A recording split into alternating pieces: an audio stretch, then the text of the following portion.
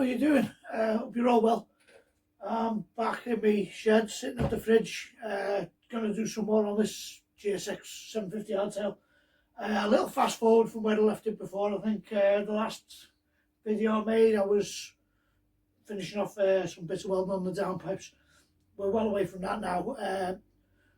We painted the engine, and my mate Dave, thanks Dave, came over the other night and we handballed it in the frame. I haven't touched it since then, when the pub got busy, you know. But back on it now. I want to get this on the road ASAP. I just want to ride the hell out of it before I tear it down and paint it and all that. So I won't carry on messing around too much longer. I'll just get into what I'm going to do. Tonight I would like to get her up on wheels again, so I can push it around rather than it just being stuck on the blocks here. I've just spent half an hour looking for the rear wheel spindle, only to remember it's in the bike, holding it up on the axle stand. That's fucking brilliant, isn't it? At least we haven't lost it forever. I was looking around in my roof and I found this chain which happens to be the right number of links. I don't run the standard ratios on the sprockets. Normally this engine uses a 15 on the front and 47 I think on the back. I'm going with 1642 because that's a tried and tested ratio that I used a while ago. I've already fitted a new back sprocket onto the up there. Allow the new nuts haven't arrived, so I'll swap them later, one at a time when it's in the bike. I've got both my alternators there. I'll test both of them, make sure that they're both good, and probably fit the cleanest one, I suppose. Yeah, so there's the new gearbox. I'll be fitting that in a little bit, but for now I'll just handball this stuff around and see if I can get the thing back up on wheels and, you know, fill my shed up some more because it's that big in here, isn't it? You know, not. Got a couple of other new tools to show you as well. My mate, mentioning no names, went and got me this from the Getting Place, a little Makita die grinder. It's on a 110 plug, but it's okay because I'll go down to that shop, you know, that has the pencils and the catalogues, and we'll get a transformer for that. We've also got a load of these Garrison die grinder bits and some of these little sanding drum things, so that'll help me get on later on polishing up the exhaust. So thanks to him, I know he's watching, you know who you are. Yeah, so bear with us. I'll just shuffle this stuff around and we'll get moving, and I'll try and break me back and get the wheels in there.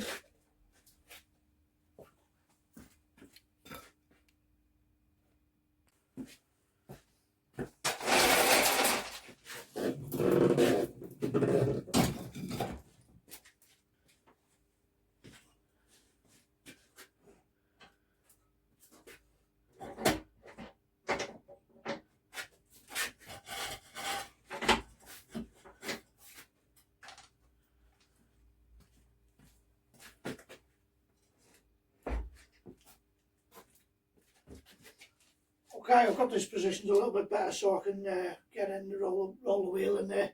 I did forget about these mild steel spacers that I found when I took it apart. I've no idea why I put them in years ago. Probably that was all the metal I had, or didn't have a lathe or whatever. But I'm not going to remake them now. That's not going to stop me putting it back together. For my own purposes and memory, I've just measured these 20mm bore, 23mm long, and around 30 diameter. The other side, same 20mm bore, 27mm long. So I'll make them in the week when I've got this next job out the lathe, and I don't have to bother resetting it. But for now, it can go in. The wheel's going to be coming out in a couple of weeks anyway, and you know we are going to be painting the bike in the future. After I've done a couple of 1,000 miles or whatever, just to make sure this motor's good. Incidentally, if anyone's got any suggestions on colours, it's going to be for next year. Throw it in the comments. I'm open to suggestions. I'll take any advice on that. I just don't know. So I'll go ahead and get this wheel in there, roll it in, and then we'll go and see if we can find the front end wherever I've left that. I'll try not to get too dirty either, because one, my mate's coming over and I think we're going to go for a pint, and I have promised the missus to take her out. That's why I'm wearing my good jacket. I'll take her out once a year, whether she likes it or not, so I'll try and not get dirty. See if we can find the rest of these bits.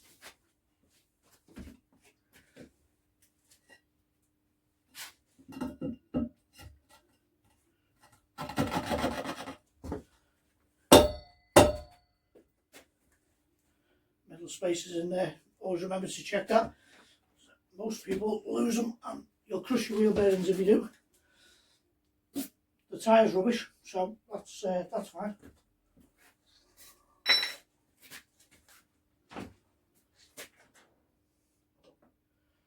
There's a question. What's happened to my number plate? Must be on the number plate.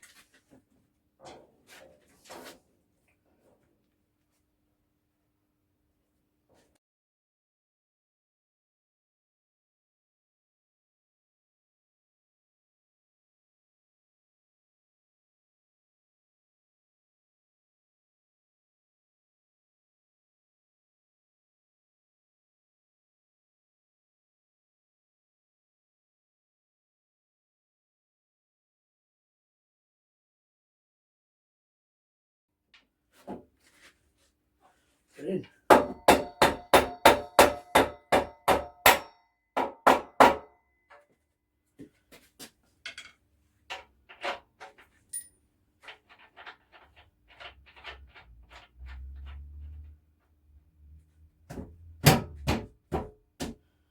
Stuff that all the way forward for now.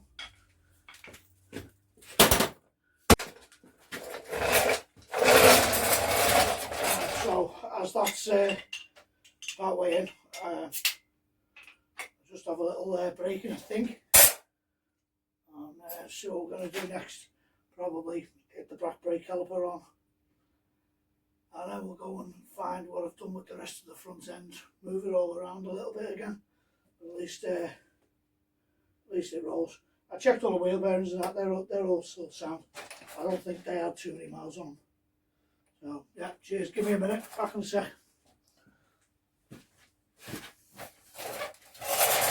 Right, so after a little daydream and a relax there, I've been in the house and finally found the front end.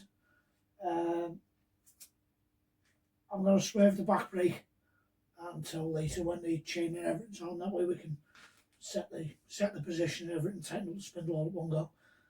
Plus the master cylinder is still hanging on the floor there, so we'll worry about that at the same time as we fit the foot pegs and everything again.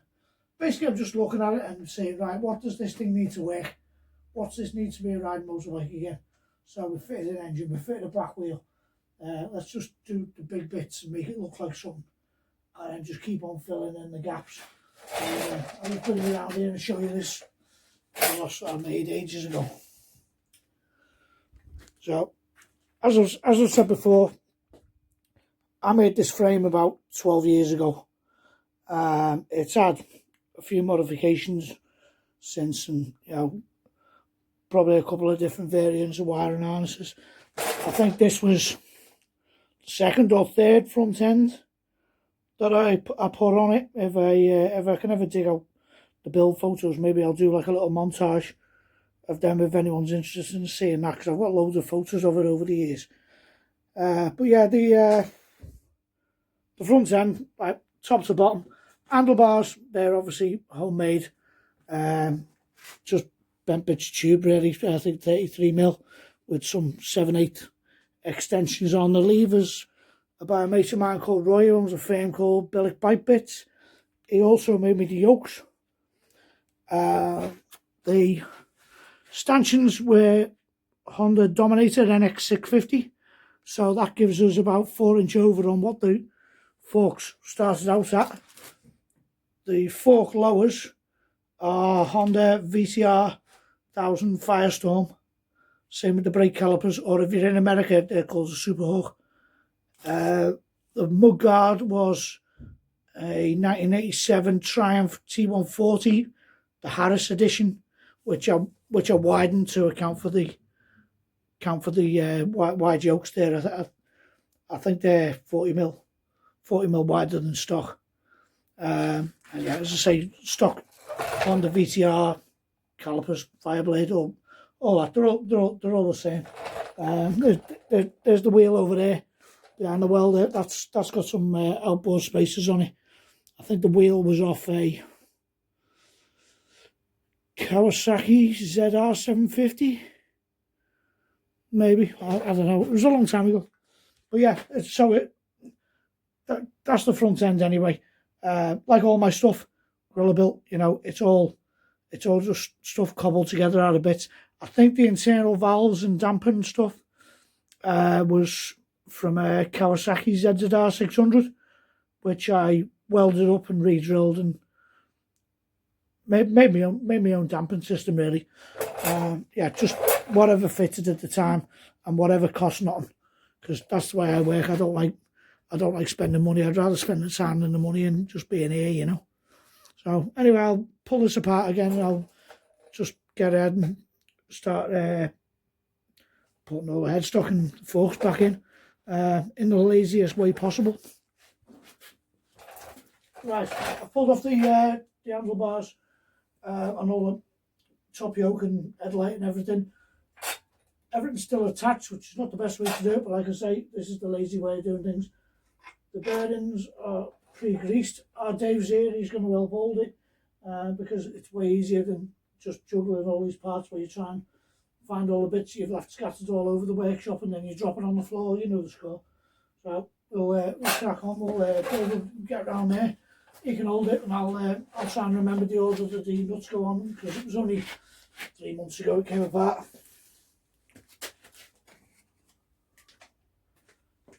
Put that off. That guy goes in there, that fella on there.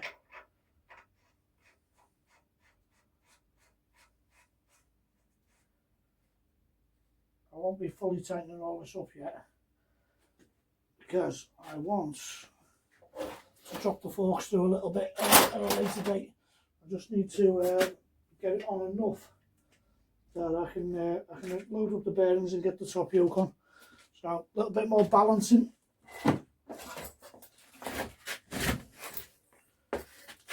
Let's figure out that touch line doesn't matter. If you get all that and stuff it down the middle of the forks. Oh, hold on, wait there. No, is it about right? Hang on. Let's figure it out. Think about it. Right, your side. That lock all goes down your side, just between here. Right. If it's wrong later, I won't sweat it. Oh yeah, we've got a seesaw now. Right. There's that throttle cable stuck. Just lift the yoke up a little bit. Throttle cable jammed on something. That's it, he's out now.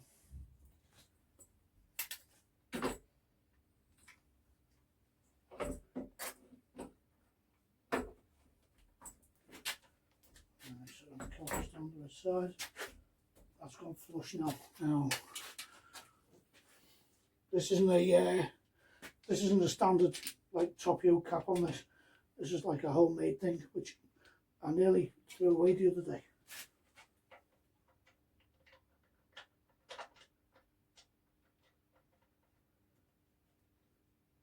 Just find an Allen key for that.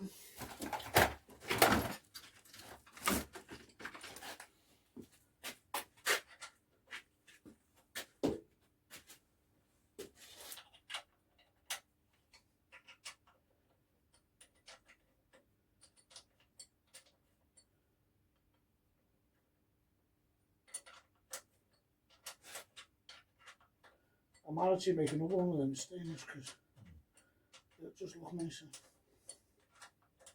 Maybe get the yokes powder coated black, eh?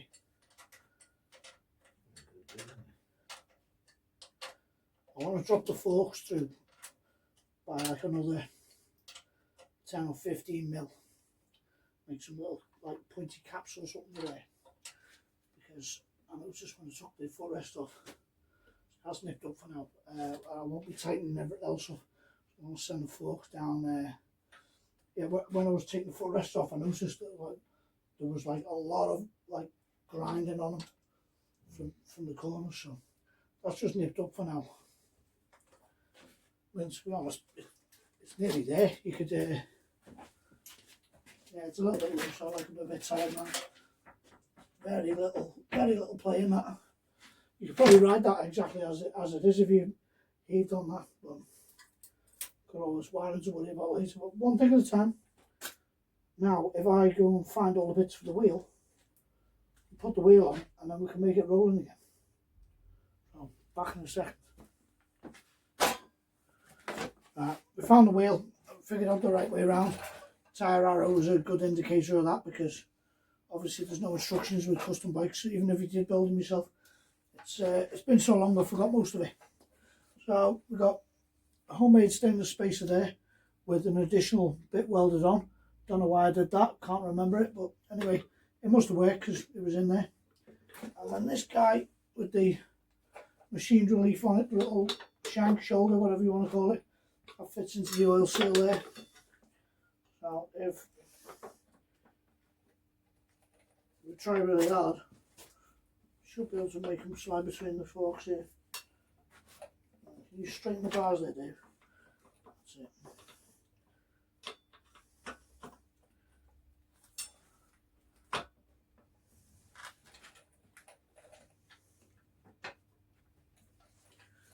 Getting there. She's tight.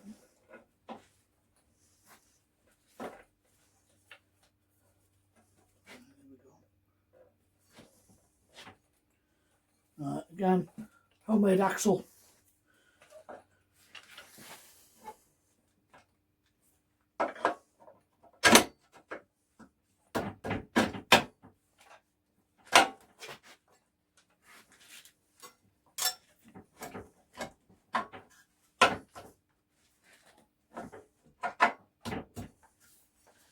One side started.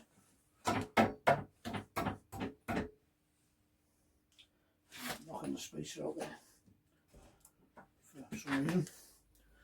A little plastic on it.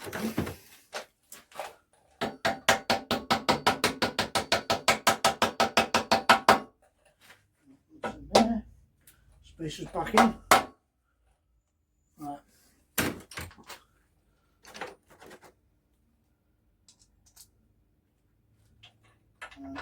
Again, we'll just put that in hand tight for now because I suspect this is going to collapse again. But we'll just leave that in there to stop us losing the bits again, because I've only just found that again tonight. Good in here, isn't it? Nice. Shook us a caliper there.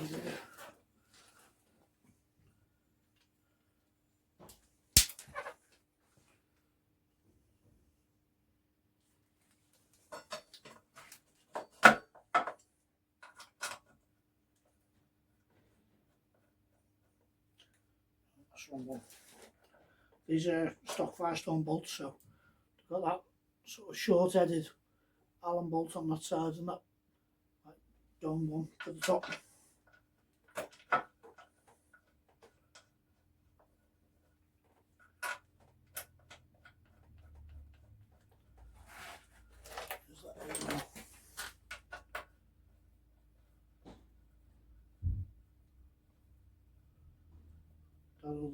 That other thing, that's the speedo pickup there.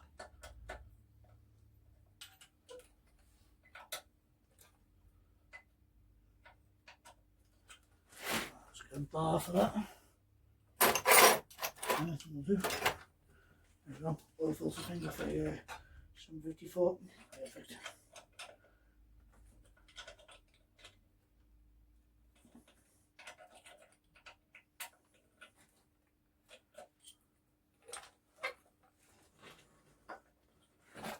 Okay, so straight over the top.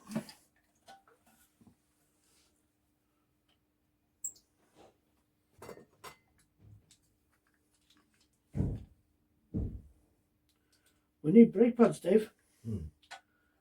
We certainly weren't high on maintenance on this bike when we were riding it.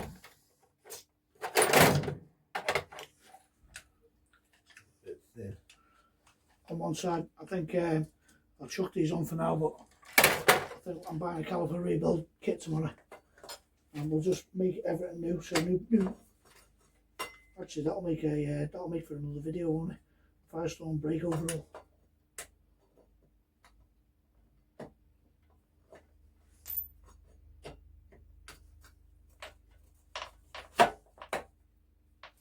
Doesn't feel seized like, but you know, we're gonna knock up like a couple of 1,000 miles dead quick here, aren't we? Yeah.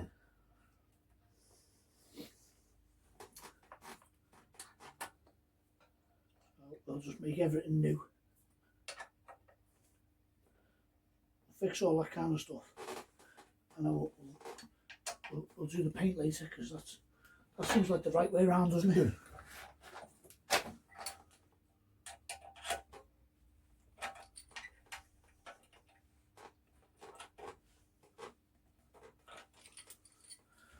That's as tight as I want that for now. Thereabouts, it's probably coming off again tomorrow. Look at that, that was like, I guess that was like the perfect height. I'm going to tighten that bolt up because I just don't like leaving things loose. There's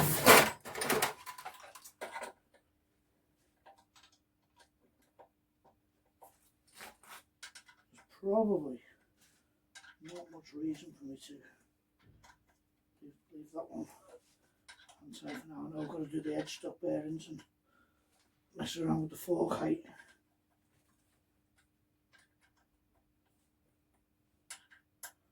But yeah, I don't see any reason actually to take the wheel out again just yet.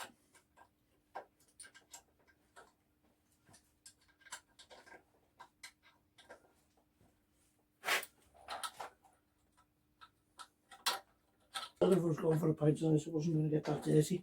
I think I'm okay. So it's alright. I think I'm all right. Yeah. I think we got away with that. Because if Mandy's really, you know, and she's concerned about anyone staring, it'll be okay because she knows I'm going over there. Sweet as. Right, there we go. Wheel in, forks on. It's, speed out there. I'll worry about that tomorrow.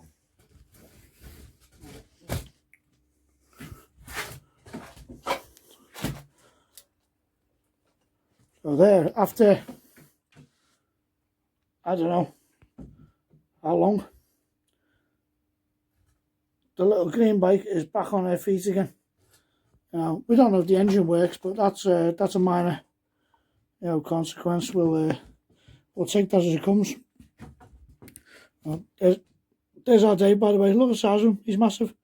Hey, we built the shed dead low like that just so he can smash his head into everything. You know, it's brilliant. I can run around in here. Anyway, that's it for tonight. Thanks for watching. As usual, keep between the ditches.